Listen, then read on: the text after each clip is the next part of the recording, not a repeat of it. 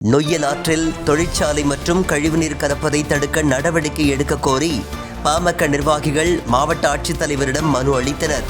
நொய்யல் நீரில் நச்சுத்தன்மை அதிகரித்துள்ளதாக குற்றம் சாட்டிய அவர்கள் அரசு மற்றும் மாநகராட்சி நிர்வாகம் மீதும் நடவடிக்கை எடுக்க வேண்டும் என்று வலியுறுத்தியுள்ளனர். வணக்கம். இன்னைக்கு பாட்டாளி மக்கள் கட்சி சார்பாக நாங்கள் மனு கொடுக்க வந்திருக்கிறோம். எதுக்கு கொடுக்க வந்திருக்கிறோம்னா, நொய்யல் ஆற்றுல கழிவுநீர், நம்ம சுத்திகரிக்கப்படாத கழிவுநீர், நம்ம வீட்டிலேருந்து வர கழிவுநீர் அத்தனையும் நொய்யல் ஆற்றுலையும் 9 ஏரிகள்லையும் கலக்கிறாங்க. நாங்கள் பாட்டாளி மக்கள் கட்சி தொடர்ந்து இது ஒரு 3-4 வருஷமாக போராடிக்கிட்டு இருக்கிறோம். மணல் கொள்ளையை முதல் தடுத்தோம், மண் கொள்ளையை தடுத்தோம். இதெல்லாம் பண்ணிட்டு இப்போ நொய்யல் ஆற்றுல போய் பார்த்தோம்னா அரசாங்கமே யாரு தனிப்பட்ட மக்கள் எல்லாம் கிடையாது, அரசாங்கமே கழிவுநீரை, சுத்திகரிக்காத கழிவுநீரை கொண்டு போய் நம்ம ஆற்றுலையுமே நம்ம ஏரிகள் 9 ஏரிகள்லையும் கலக்கிறாங்க. நாங்கள் என்ன செஞ்சுருக்கிறோம், நாங்கள் நம்ம ஸ்டேட்டை விட்டு வேறு ஸ்டேட்டுக்கு போய் இந்த மணல், இந்த தண்ணி, நம்ம நொய்யல் ஆற்றுலேருந்து தண்ணி, நம்ம ஏரிகள்லேருந்து தண்ணி எடுத்து டெஸ்ட் எடுக்கிறோம்.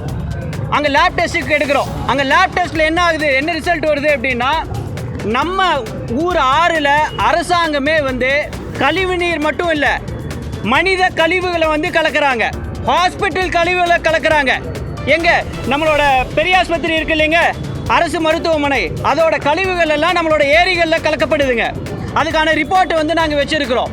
அதே மாதிரி மண்ணை எடுத்து, நம்மளோட மண்ணை எடுத்து நாங்கள் டெஸ்ட்டு கொடுக்குறோம். அங்கே டெஸ்ட்டில் என்ன ரிப்போர்ட் வருதுங்க, 50 வருஷமாகுது சரி செய்யறதுக்கு, எல்லாமே ரொம்ப மோசமாக இருக்குது, மலட்டுத்தன்மை ஆகிட்டு இருக்குது நம்ம மண் அப்படின்னு சொல்லிட்டு ரிப்போர்ட் கொடுக்குறாங்க. சாதாரண ரிப்போர்ட் இல்லைங்க, இதெல்லாம் வெளிநாட்டில் வந்துச்சுன்னா ஒரு ஆட்சி மாற்றமே நடக்கும்.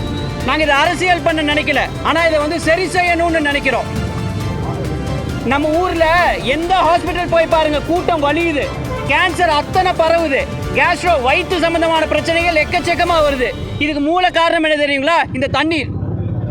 நம்மளுக்கு மண் மட்டும், நம்ம தண்ணியோ மண் மட்டும் நம்ம மோசமாக போகல, நிலத்தடி நீரும் மோசமாக போயாச்சு. இதை சரி செய்யணும்னா குறைஞ்சபட்சம் 50 வருஷம் ஆகும். எவ்வளோ இன்னைக்கு நாளைக்கு சரி செய்ய முடியாது, 50 வருஷம் ஆகும்.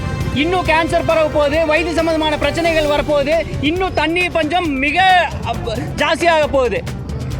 நேற்று நியூஸ் பேப்பரில் நீங்களே எழுதினீங்க, என்ன எழுதுனீங்க, சரவணம்பட்டி ஏரியாவில் மூணு இடத்துல தண்ணி இல்லைன்னு சொல்லிட்டு மக்கள் போராடுறாங்கன்னு சொல்லிட்டு, இருக்கிற தண்ணியெல்லாம் அழிச்சுக்கிட்டு நம்ம எங்கே போய் நிற்க போகிறோம்?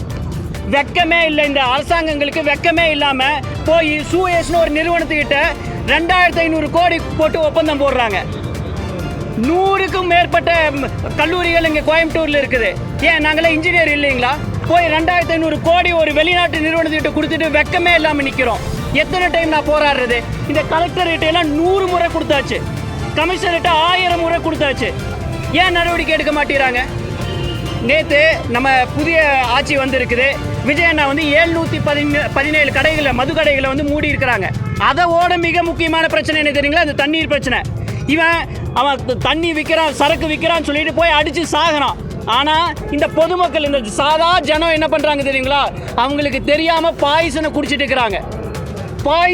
இருக்கிறாங்க. இது தண்ணி கிடையாதுங்க, இது பாய்சன், இது விஷம். இந்த விஷத்தை மக்கள் குடிச்சிருக்கிறாங்க. அப்போ எதுக்கு முதல் ப்ரியாரிட்டி கொடுக்கணும் இந்த அரசாங்கம்? உடனடியாக விஜய் அண்ணா இதை புரிஞ்சுக்கிட்டு தண்ணியை சுத்தம் பண்ணுறதுக்கான கழிவுநீர், இந்த கழிவுநீரை கொட்டுறதை உடனடியாக தடுக்கணும்.